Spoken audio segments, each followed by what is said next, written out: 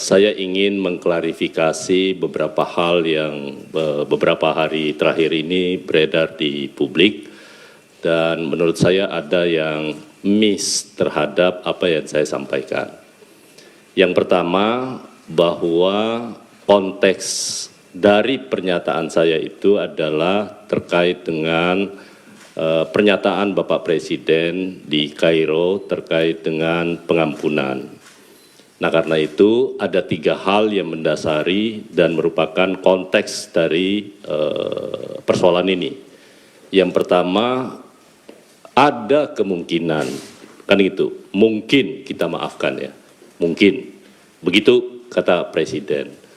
Yang kedua, bahwa di dalam pemberantasan tindak pidana korupsi, sama sekali Presiden tidak akan memberi toleransi.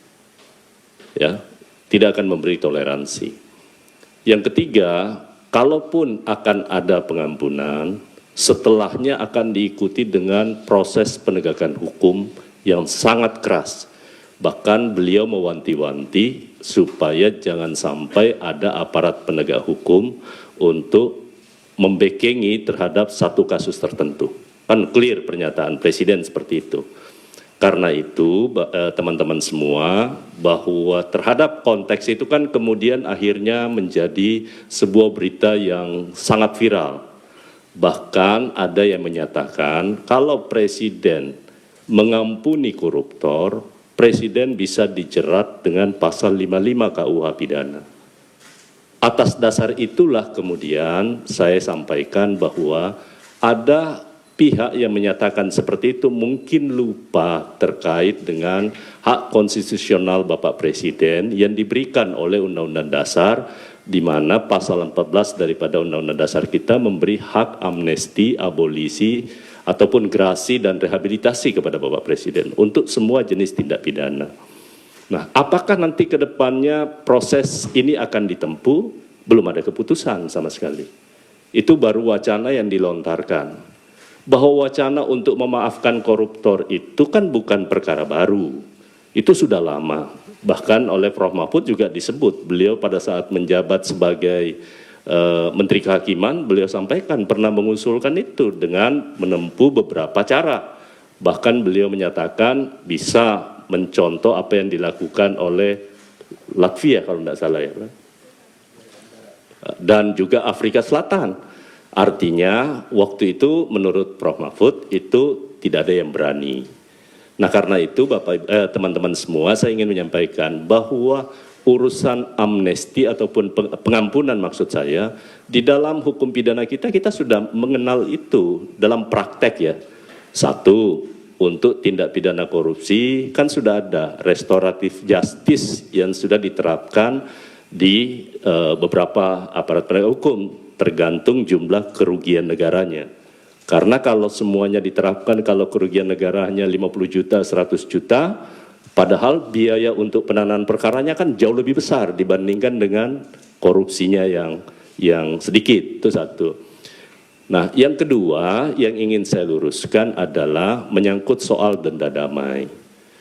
Yang saya maksudkan itu adalah mengcompare, karena Undang-Undang Tindak Pidana Korupsi ataupun juga Undang-Undang Kejaksaan khusus kepada tindak pidana ekonomi, dua-duanya itu adalah tindak pidana yang merugikan keuangan negara, merugikan perekonomian negara. Karena itu ada ruangnya yang diberikan, dan ini bukan barang baru terkait dengan proses pengampunan, karena kita sudah pernah melakukan 2 kali tax amnesty. Kan negara memberi pengampunan. Kemudian di dalam Undang-Undang Cipta Kerja juga ada yang terkait namanya denda keterlanjuran untuk tindak pidana di bidang kehutanan yang itu dimungkinkan untuk dilakukan sebuah proses penyelesaian di luar pengadilan. Nah, karena itu hanya compare bahwa ada aturan yang mengatur, tetapi bukan berarti Presiden akan menempuh itu, sama sekali tidak. Karena bukan domain Presiden kalau menyangkut soal denda damai tadi. Itu adalah kewenangan yang diberikan kepada Jaksa Agung ya.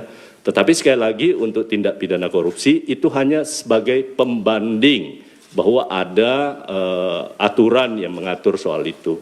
Tetapi intinya teman-teman semua, bahwa keinginan kita memperbaiki Republik ini dari praktek tindak pidana korupsi kan sudah berlangsung begitu lama, sejak era reformasi. Tetapi sampai hari ini kemudian kita tidak bisa menyelesaikannya secara baik. Nah karena itu ada semangat baru yang diinginkan oleh Bapak Presiden. Silahkan kita akan bicarakan menyangkut soal mekanismenya nanti kalau toh kebijakan pengampunan itu akan diambil oleh Bapak Presiden. Tetapi sampai hari ini kita baru di Kementerian Hukum lagi menyiapkan rancangan undang-undang tentang grasi, amnesti, abolisi, dan grasi. Nanti kalau sudah selesai, kami akan sampaikan kepada kawan-kawan semua. Jadi sekali lagi terkait dengan isu denda damai tadi itu adalah hanya mengkompar menyangkut soal penyelesaian suatu tindak pidana di luar pengadilan. Itu aja intinya. Kita punya contoh-contoh yang lain. Saya rasa itu yang perlu ingin saya sampaikan kepada teman-teman.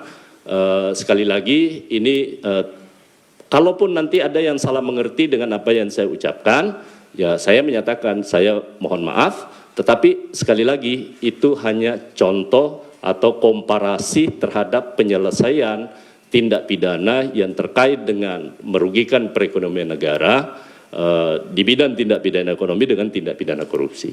Saya rasa itu ya. Terima kasih. Assalamualaikum warahmatullahi wabarakatuh.